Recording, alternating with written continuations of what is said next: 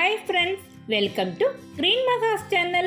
இன்னைக்கு நம்ம சேனல்ல குயிக்கா செய்யக்கூடிய ஒரு டிஃபன் ரெசிபி தான் பார்க்க போறோம். சப்போஸ் நம்ம கையில இட்லி தோசை மாவு இல்லைன்னா இந்த தோசையை நீங்க குயிக்கா செய்யலாம். ஸோ வீடியோ ரொம்ப யூஸ்ஃபுல்லாக இருக்கும்னு நினைக்கிறேன். வீடியோவை ஸ்கிப் பண்ணாமல் முழுமையாக பாருங்கள். வீடியோக்குள்ளே போகிறதுக்கு முன்னாடி நீங்கள் நம்ம சேனலை ஃபஸ்ட் டைம் பார்க்குறீங்கன்னா GreenMaha's சேனலை சப்ஸ்கிரைப் பண்ணி வச்சுக்கோங்க. கூடவே வர பெல் ஐக்கானை கிளிக் பண்ணிக்கோங்க. அப்போ தான் நான் போடுற அடுத்தடுத்த வீடியோஸ் உங்களுக்கு நோட்டிஃபிகேஷனாக சேரும். வாங்க எப்படி செய்கிறதுன்னு பார்க்கலாம். இப்போ இந்த தோசை செய்கிறதுக்காக ஒரு 4 பழுத்த தக்காளி நான் எடுத்திருக்கேன். சப்போஸ் பெரிய தக்காளியாக இருந்தால் 3 தக்காளி போதுமானது. இது நாட்டு தக்காளியாக இருக்கணும். நான் நல்லா வாஷ் பண்ணிவிட்டு கட் பண்ணி ஒரு மிக்சர் ஜாரில் சேர்த்துக்கிறேன். இது கூட காரத்துக்காக 2 வரமிளகாய் சேர்த்துக்கிறேன். கலருக்காக ஒரு காஷ்மீரி சில்லி சேர்த்துக்கிறேன். இது ஆப்ஷனல் தான், வேணான்னா ஸ்கிப் பண்ணிக்கலாம். கூடவே 1/2 டேபிள் ஸ்பூன் அளவுக்கு சீரகம் சேர்த்துக்கிறேன். இதை சேர்த்து நல்லா மைய அரைச்சிக்கிறேன். பாருங்க, இந்த மாதிரி நல்லா ஃபைன் பேஸ்டா நான் அரைச்சிருக்கேன். இதை ஒரு மிக்சிங் பவுல்ல நான் மாத்திக்கிறேன். இது கூடவே எந்த அளவுக்கு நமக்கு அந்த தக்காளி பேஸ்ட் கிடைக்குதோ அந்த அளவுக்கு நம்ம ரவையை சேர்த்துக்கணும். இது ரோஸ்டட் ரவை தான் நான் சேர்த்துருக்கேன். நல்லா ஃபைனாக ரோஸ்டட் ரவையை நான் சேர்த்துக்கிறேன். நான் ஒரு கப் அளவுக்கு ரவை சேர்த்துக்கிறேன். கூடவே எந்த கப்பில் நம்ம ரவை எடுத்திருந்தோமோ அதே கப்பில் பாதி அளவுக்கு அரிசி மாவு சேர்த்துக்கிறேன்.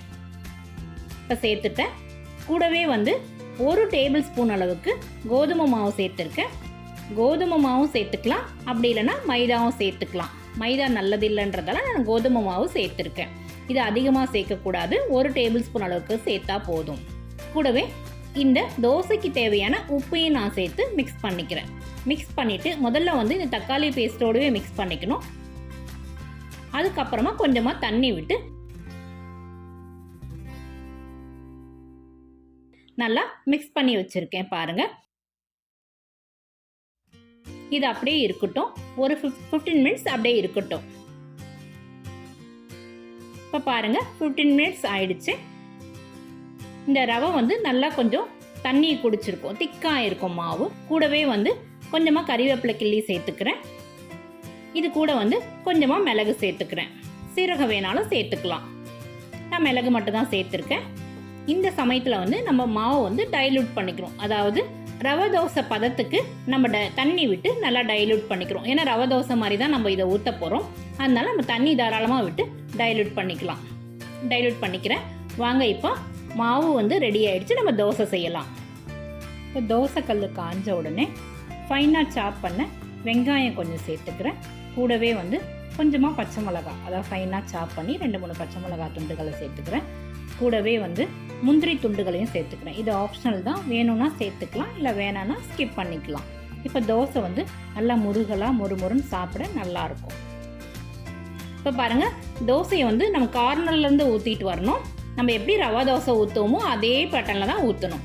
இதுக்கு தவா நல்லா ஃப்ளாட்டான தவாவாக இருந்தால் நல்லாயிருக்கும். நடுவில் கொஞ்சம் பள்ளமாக இருந்ததுன்னா மாவு அங்கே தங்கிடும். ஸோ அந்த இடத்துல திக்காகிடும். ஓரத்தில் மட்டும் உங்களுக்கு மெலிசாக கிடைக்கும். அதனால ஃப்ளாட்டான தவாவை யூஸ் பண்ணிக்கோங்க. பொதுவாக ரவா தோசைக்கெலாம் ஃப்ளாட்டான தவா தான் நம்ம யூஸ் பண்ணுவோம். நான் பாருங்கள் இங்கே ஊற்றிருக்கேன். இதுக்கு எண்ணெயோ இல்லை நெய்யோ சேர்த்துக்கலாம். இது அப்படியே வேகட்டும். மீடியம் ஃப்ளேம்லேயே வேக வச்சுக்கோங்க. திருப்பிலாம் போடக்கூடாது. மீடியம் ஃப்ளேம்லேயே வேகட்டும். ஒரு 3 மினிட்ஸ் போல் இருந்தால் இந்த தோசை நல்லா கிறிஸ்பியாக வந்துடும். பாருங்க, நல்லா வந்திருக்கு. நான் இதை எடுத்து சர்வ் பண்ணுறேன். இது கூட சாம்பாரோ இல்லை சட்னியோ வச்சு சர்வ் பண்ணலாம். இன்னைக்கு நான் தேங்காய் சட்னியோடு தான் சர்வ் பண்ணியிருக்கேன். இந்த தோசை நல்லா கிறிஸ்பியாக வந்திருக்கு, டேஸ்டாகவும் இருக்குது. அதே சமயத்தில் குயிக்காகவும் செய்யலாம். குழந்தைங்கள்லாம் விரும்பி சாப்பிடுவாங்க. ஸோ கண்டிப்பாக செஞ்சு கொடுங்க. இந்த வீடியோ உங்களுக்கு பிடிச்சிருந்தா லைக் பண்ணுங்கள், ஷேர் பண்ணுங்கள், கமெண்ட் பண்ணுங்கள். GreenMaha's சேனலை சப்ஸ்கிரைப் பண்ணி எனக்கு சப்போர்ட் பண்ணுங்கள். இது வரைக்கும் இந்த வீடியோவை பொறுமையாக பார்த்தமைக்கு மிக்க நன்றி. அடுத்து ஒரு நல்ல வீடியோவில் பார்க்குறேன். தேங்க்ஸ் ஃபார் வாட்சிங்.